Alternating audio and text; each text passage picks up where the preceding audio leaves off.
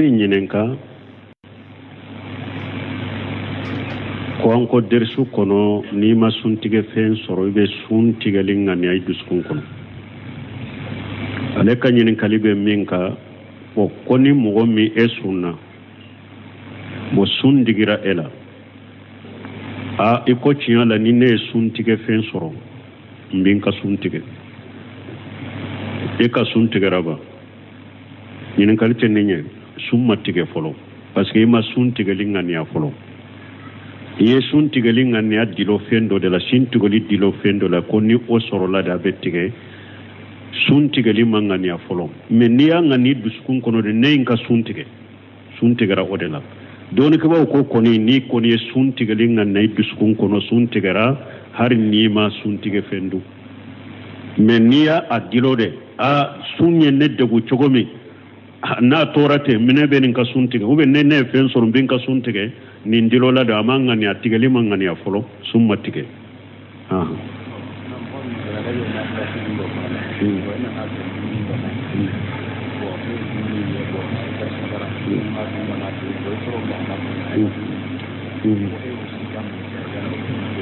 bon ko ni mɔgɔ min fana bɛ nafila sunna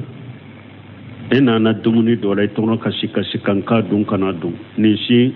sikasika tɛ sun ma tigɛ fo dankaniya de i ka dumuni in dun ou bien dankaniya i ka sun tigɛ ŋani dusukun kɔnɔ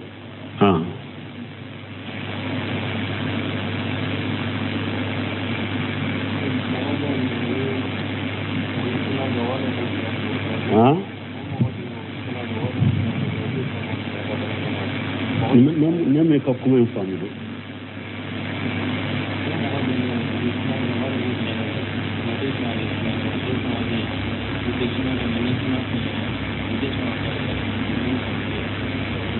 bon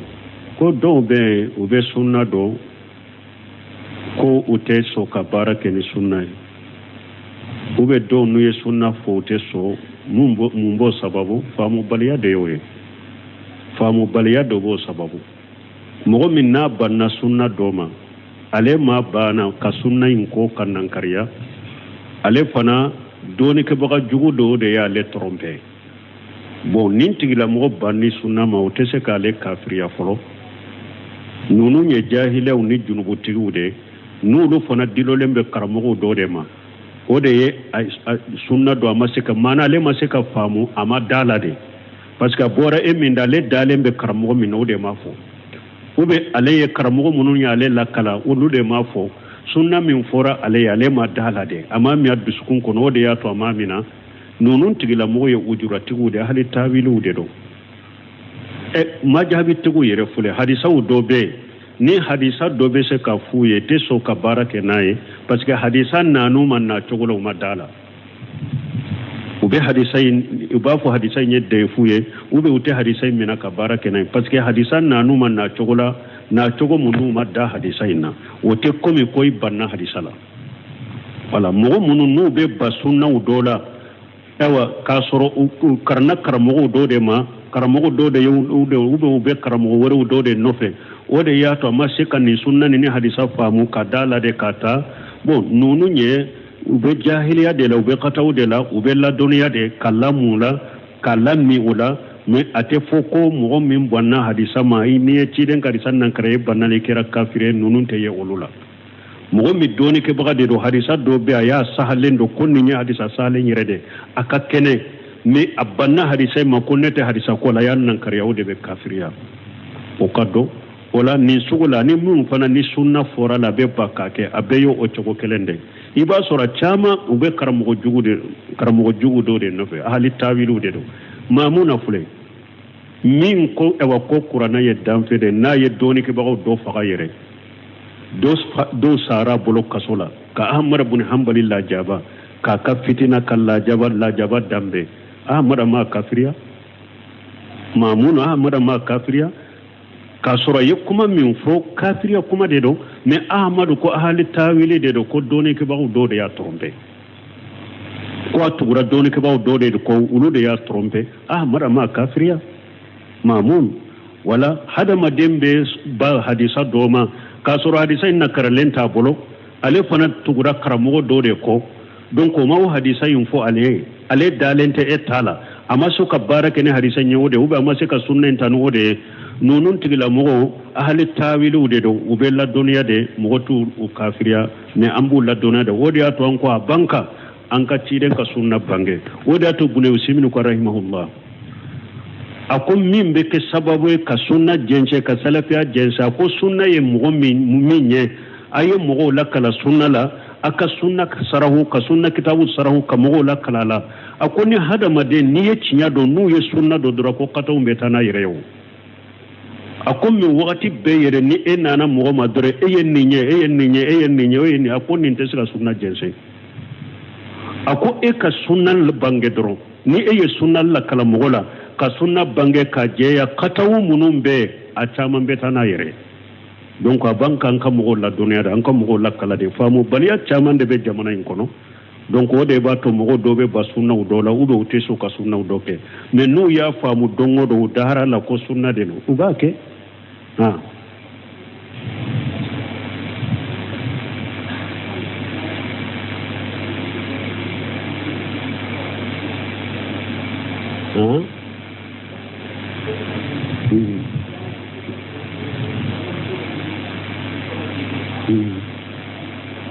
bon ko e ka muso fula di be golo ko e ka muso fulana a balima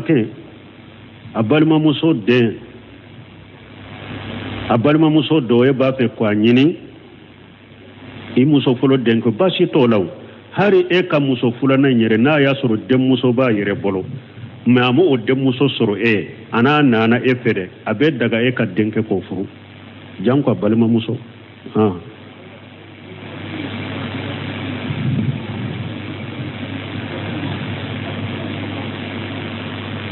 ko ni misiri jo damina na wakati jumai kanka wuli ni sali korota wakati jumai kanka wuli doko ni sali korota damina na doko na sera kadi qamatu sala doko ni sali wale banna doko ayne almami e doro anana ikawuli me kuma mi sahalendo ni na imamu na maliki yemi fo ako yuru wali bennina ako mugo kala halate kelenya mugo mi sera ka wuli wakati mi doro be wuli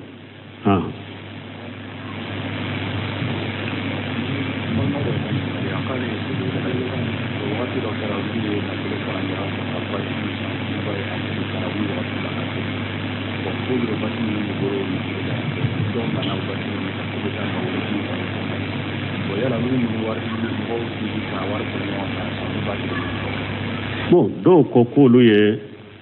wari fara ɲɔgɔn kan ka basiw sa ka na n'u ye misiri kɔnɔ pour tarawihi sunkalo nafila ni misiri bɛ fa nafila bɛ kɛ basi ninnu kɔrɔ komi u ye a ye o basiw bɛ ta ka taa di mawulidikɛlaw ma u bɛ mawulidi kɛ n'o olu bɛ jurugu sɔrɔ wa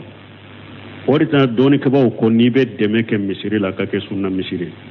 i ka dɛmɛ dɔn yɔrɔ dɔn ni hadamaden b'a fɛ k'i ka nafolo finance misiri ko la misiriw de lajɛ misiru minnu ni ciden ka sunna bɛ k'o kɔnɔ i ka nafolo b'i nafa o de la i ka dɛmɛ b'i nafa o de la wala n'i y'a ye misiri in ka ewa basiw taara ka taa mawulidi yɔrɔ la o misiri ye mawulidikɛla misiri de sinon sunna misiri si tɛ sɔn a ka basi minnu bɛ ou bien a ka tapi ni ka debe minnu bɛ k'u ka taa mawulidi kɛnɛ la a ye bidiya misiri de dɛmɛ n'i y'u ka wari ta k'a dɔn bidiya misiri la bidiya minnu bɛ kɛ a kɔnɔ i bɛ k'u dɛmɛbaga ye o la donc o la mɔgɔ kana i ka nafolo ta misiri n'a tɛ sunna kan i kana i ka nafolo dɔn o la fo karabali dɛ mais ni karabali tɛ sunna misiriw bɛ u ma ko bɛ dɛmɛ la a y'a ka dɛmɛw ta ka dɔn olu la wala donc o de y'a to ni dɔnnikɛbaw ko bidiya misiri i kana i ka nafolo dɔn la a laɲini ye nin de ye parce que n'u ye bidiya minnu kɛ ni u ye e bɛ fɛn sɔrɔ a la kɛ aw yɛrɛ b'a dɔn nin ye bidiya misiri de aw b'a dɔn u bɛ mawuludi kɛ ni aw ye basi sa ka bila o misiriw kɔnɔ ko tarawihi ka kɛ n'a ye u taara mawuludu fana u y'u yɛrɛ dɛmɛ n'a ye a bɛ junubu sɔrɔ wala ta'awanu ala al-ismi wal udwan a kana ɲɔgɔn dɛmɛ junubu ni yaada la mais n'a y'a sɔrɔ u tɛ misiri in ka lahala dɔn aw ɲana sunna misiri de don a ye basiw sa k'a d'u ma pour u ka tarawihi de kɛ n'u ye bon n'u olu de taara olu kɛ mawulidi kata ubla mawli kene ka junube wulula kenta au ka wala ni aw te misiri kala halado ube sunna misiri de do aw ye basin di tarawih de kama mogo min kera sabo ka bewa ewa basin nunun singa mawludi kelaw mo o de ba junubu sor fenta aw ka wala min na yire koni bado nim misiri be mawludi de ke bidia misiri de do aw yu demo oka aka financement min kera sabo ku deme ewa bidia min na be junubu sorola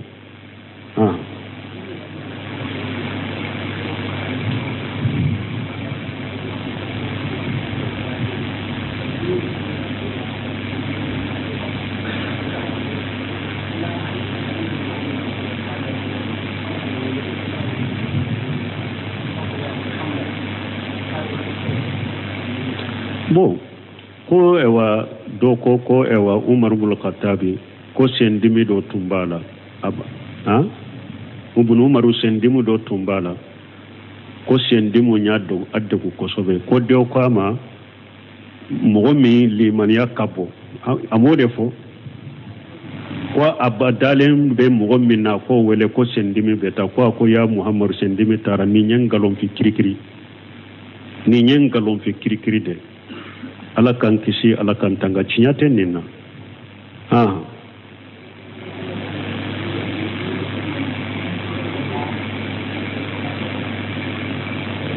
ko abe daga niye muso furu siri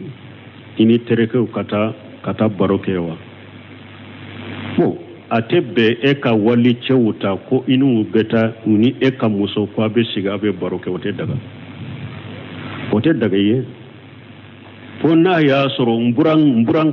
mburalanka umbetu fo itare buralanka ufo ini mogo dore tara nyogon fe ika muso be o yere hari ni ka muso be na ufa ka fari kolo bede sutura ayoro shikana ye ni ini walice munun tara nulu baye me ka dabo akama eka wuli eka ta ewa ini walice udama eka muso hijabu tala sutura lente aka sigi nyogon ka kwa be baroke nyogon ka waya haramu ya islamiya sariyala otebe hijabu ganko ande lako fo ya wajibi de do ate daga wali muso wali cheki tege fara fula laji bo ibi ikitege fara fula ibu dogode nyeda wajibi de muso ka nyeda datugu wajibi de muso ka tege fara uka datu wali che kanawe wajibi de muso ka semfara ka datugu muso ka fari kolobe kata kunkolo samfela fo asinkoni abede ka datugu wali che kanaye ode wajibi muso ka wa idha salitumuhunna mata fashaluhunna min wara'i hijab ala ko nabe wal muso nyininka makona femmi na ku nyininka ka sor hijabu banu che donc wali che ni wal muso te daga ka yoro side ye abebe datugude hari ni lagdar tigi ko wal mar'atu kulluha awratu ma adda wajha wa kaffaiha lagdar tigi la nyini be salli de la ni muso be salla ka sokono aka fari koro be le wura fo nyedaw ani tege farafula abe se ko lubo na ba ka sokono sino aga yoro shikana bo sallila aka sokono menni ewa be wali chewre koro wajibiru aka nyedaw sutura aka tege faraw sutura wajibiru ka ku sutura atebbe muso kanu numbo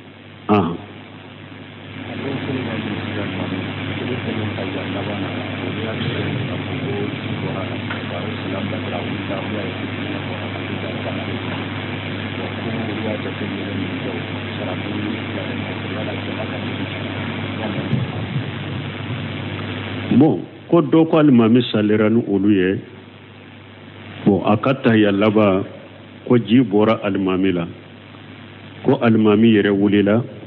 ulu ya do ko sugune de do ko abana de be almamila ko lu ka salibe chugule na ya sur almami salisal bawli de bala nimbana de bala silamiya sariya ya noya ka ye salli wakati ka salli jita fo kata o salli mba ni sugune min bora la wota le ka salli jiciya silamiya sariya jena oko ni o bana de bala fente almami ka salli la fente wulu ka salli la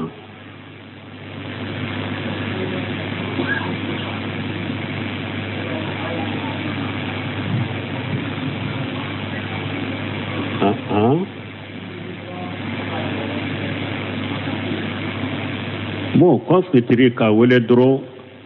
ka salli korta wakati sima do be cogo de sunnate waya nu ya ke haramu te salli sahalende do me sun tiden ko bilali ma akwai ka salli welele ani ika salli korota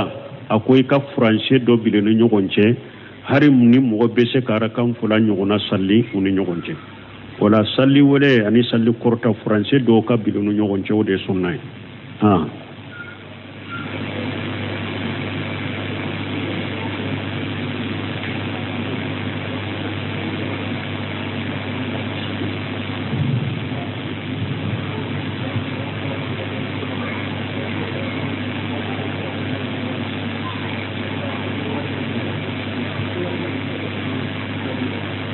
Como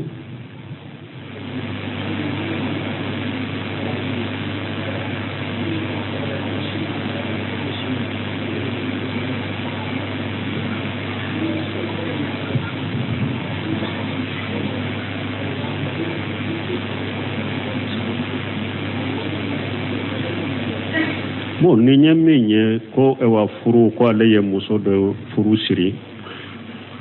bon fo furu ka konya bekera ka konyo so dogoda o konona na ko do kera mankan do kera unini muso chelanka unim ewa muso lanka uni nyogonche fo muso fa fo furu ka boala sinyakele ko ninye furu bolewa ay kabila ukata sigin nina antanda do nina kabila ukata sigin nina ni nu ye mo nyuma munu ne karamo munu nyini ubeta sigaka وعليكم السلام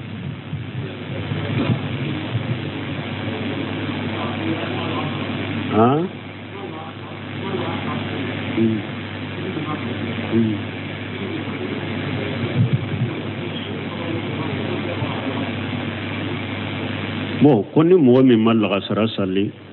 futuru nana do ibe futuru de salli folo kala sara salli ay ni wakati yurwalendo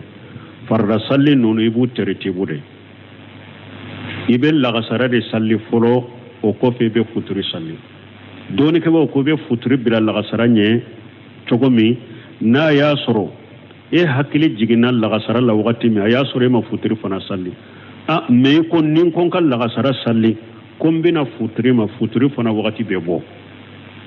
wala de ko ibe pardami ni ba wakati la pour ale fana ka wakati kana teme na fana be para salli sarataka ibe ale salla ka wakati la o kofe min jurubi lay bo sara mais na ya soro wakati yurwalendo donc ibe la sara de salli folo o kofe ka futuru salli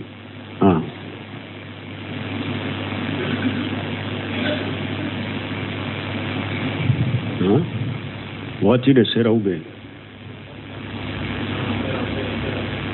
سبحانك اللهم ربنا بحمدك أشهد أن لا إله إلا أنت أستغفرك وأتوب إليك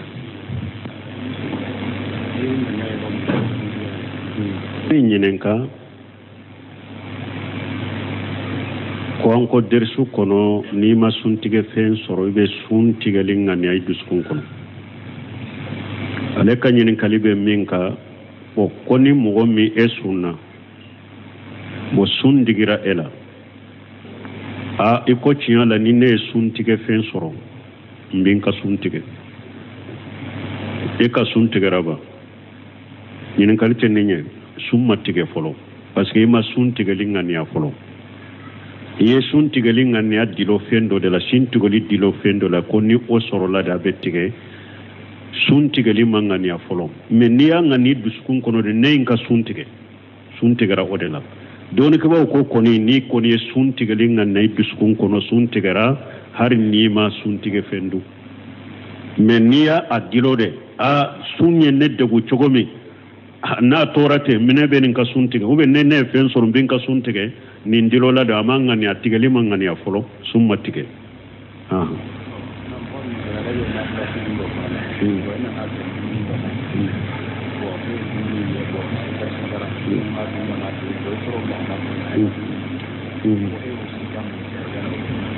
mo konni mo min fana ben na fila sunna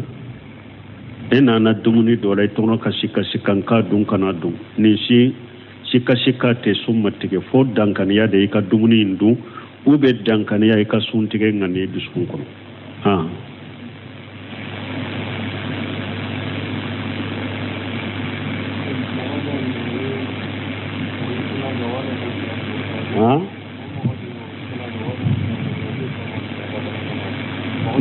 ne me ka kuma in faamu do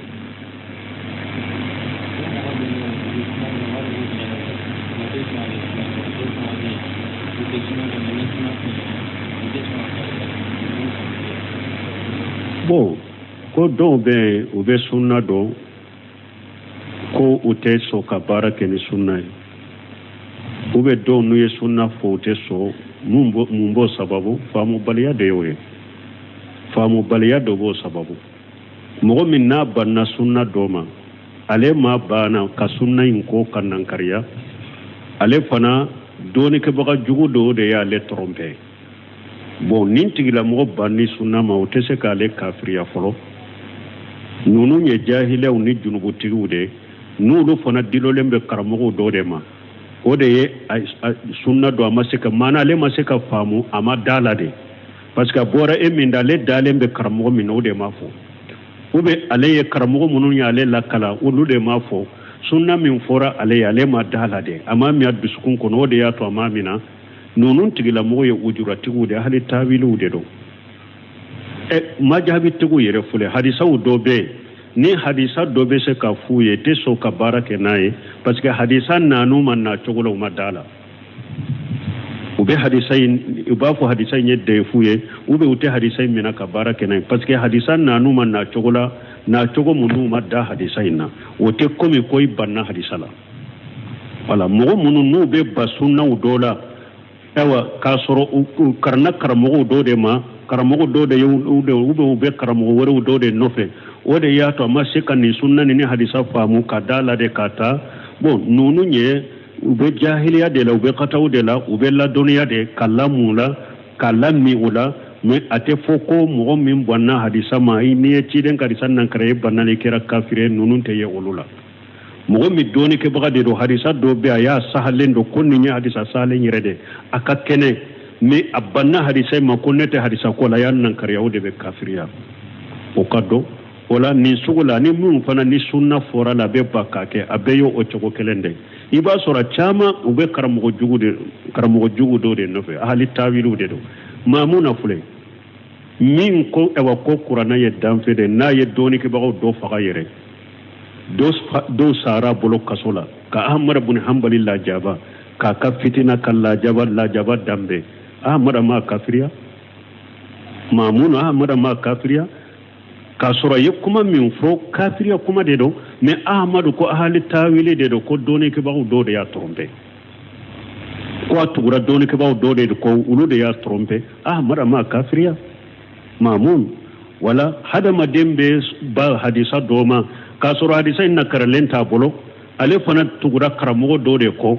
donc o ma o hadisa in fɔ ale ye ale dalen tɛ e t'a la a ma se ka baara kɛ ni hadisa in ye o de ou bien a ma se ka sunna in ta ni o de ye ninnu tigilamɔgɔw ahali taawiliw de don u bɛ ladɔnniya de mɔgɔ t'u kafiriya mais an b'u ladɔnniya de o de y'a to an ko a banka an ka ciden ka sunna bange o de y'a to Bune Usimini ko rahimahullah a ko min bɛ kɛ sababu ye ka sunna jɛnsɛn ka salafiya jɛnsɛn a ko sunna ye mɔgɔ min ye a ye mɔgɔw lakala sunna la a ka sunna sarahu ka sunna kitabu sarahu ka mɔgɔw lakala la a ko ni hadamaden n'i ye tiɲɛ dɔn n'u ye sunna dɔ dɔrɔn ko kataw bɛ taa n'a yɛrɛ ye o a ko min wagati bɛɛ yɛrɛ ni e nana mɔgɔ ma dɔrɔn e ye nin ye e ye nin ye e ye nin ye o ye nin a ko nin tɛ se ka sunna jɛnsɛn a ko e ka sunna bange dɔrɔn ni e ye sunna lakala mɔgɔ la ka sunna bange ka jɛya kataw minnu bɛ a caman bɛ taa n'a yɛrɛ donc a b'an k'an ka mɔgɔw ladɔnniya de an ka mɔgɔw lakala de faamubaliya caman de bɛ jamana in kɔnɔ donc o de b'a to mɔgɔw dɔw bɛ ba sunnaw dɔw la ou bien u tɛ sɔn ka sunnaw dɔ kɛ mais n'u y'a faamu don o don u dahara la ko sunna de don u b'a kɛ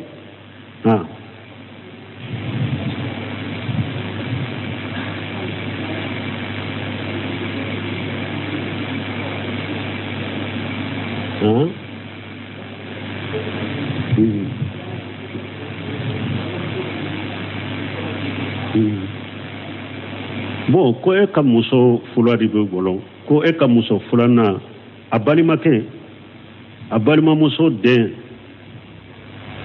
a balimamuso dɔ e b'a fɛ k'a ɲini i muso fɔlɔ den ko baasi t'o la hari e ka muso filanan yɛrɛ n'a y'a sɔrɔ denmuso b'a yɛrɛ bolo mɛ a ma o denmuso sɔrɔ e a n'a nana e fɛ dɛ a bɛ daga e ka denkɛ k'o furu jan ko a balimamuso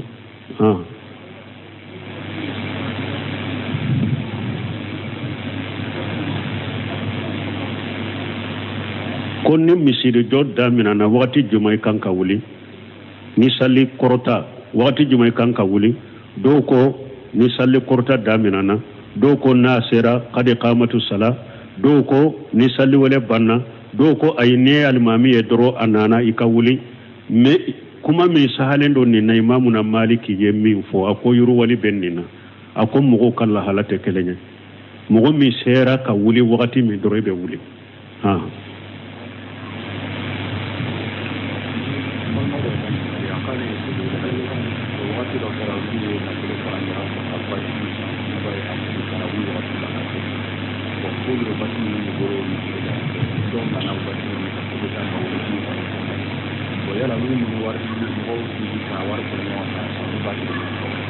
bon dɔw ko k'olu ye wari fara ɲɔgɔn kan ka baasiw sa ka na n'u ye misiri kɔnɔ pour tarawihi sunkalo nafila ni misiri bɛ fa nafila bɛ kɛ baasi ninnu kɔrɔ komi u y'a ye o baasiw bɛ ta ka taa di mawulidikɛlaw ma u bɛ mawulidi kɛ n'o olu bɛ jurugu sɔrɔ wa o de tɛ dɔɔnikɛbaw ko n'i bɛ dɛmɛ kɛ misiri la ka kɛ sunna misiri i ka dɛmɛ dɔn yɔrɔ dɔn ni hadamaden b'a fɛ k'i ka nafolo finance misiri ko la misiriw de lajɛ misiriw minnu ni ciden ka sunna bɛ k'o kɔnɔ i ka nafolo b'i nafa o de la i ka dɛmɛ b'i nafa o de la wala n'i y'a ye misiri in ka ewa baasiw taara ka taa mawulidi yɔrɔ la o misiri ye mawulidikɛla misiri de sinon sunna misiri si tɛ sɔn a ka baasi minnu bɛ ou bien a ka tapi nin ka dɛbɛ minnu bɛ k'u ka taa mawulidi kɛnɛ la a ye bidiya misiri de dɛmɛ n'i y'u ka wari ta k'a dɔn bidiya misiri la bidiya minnu bɛ kɛ a kɔnɔ i bɛ k'u dɛmɛbaga ye o la donc o la mɔgɔ kana i ka nafolo ta misiri n'a tɛ sunna kan i kana i ka nafolo dɔn o la fo karabali dɛ mais ni karabali tɛ sunna misiriw bɛ u ma ko bɛ dɛmɛ la a y'a ka dɛmɛw ta ka dɔn olu la wala donc o de y'a to ni dɔnnikɛbaw ko bidiya misiri i kana i ka nafolo dɔn la a laɲini ye nin de ye parce que n'u ye bidiya minnu kɛ ni u ye e bɛ fɛn sɔrɔ a la kɛ aw yɛrɛ b'a dɔn nin ye bidiya misiri dɛ aw b'a dɔn u bɛ mawuludi kɛ ni aw ye baasi sa ka bila o misiriw kɔnɔ ko tarawihi ka kɛ n'a ye u taara mawuludu fana u y'u yɛrɛ dɛmɛ n'a ye a bɛ junubu sɔrɔ wala ta'awanu ala al-ismi wal udwan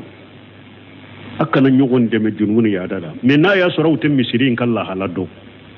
aw ɲana sunna misiri de don a ye baasiw sa k'a d'u ma pour u ka tarawihi de kɛ n'u ye bon n'u olu de taara olu kɛ mawulidi ka taa u bila mawulidi kɛnɛ ka junubu bɛ wulu la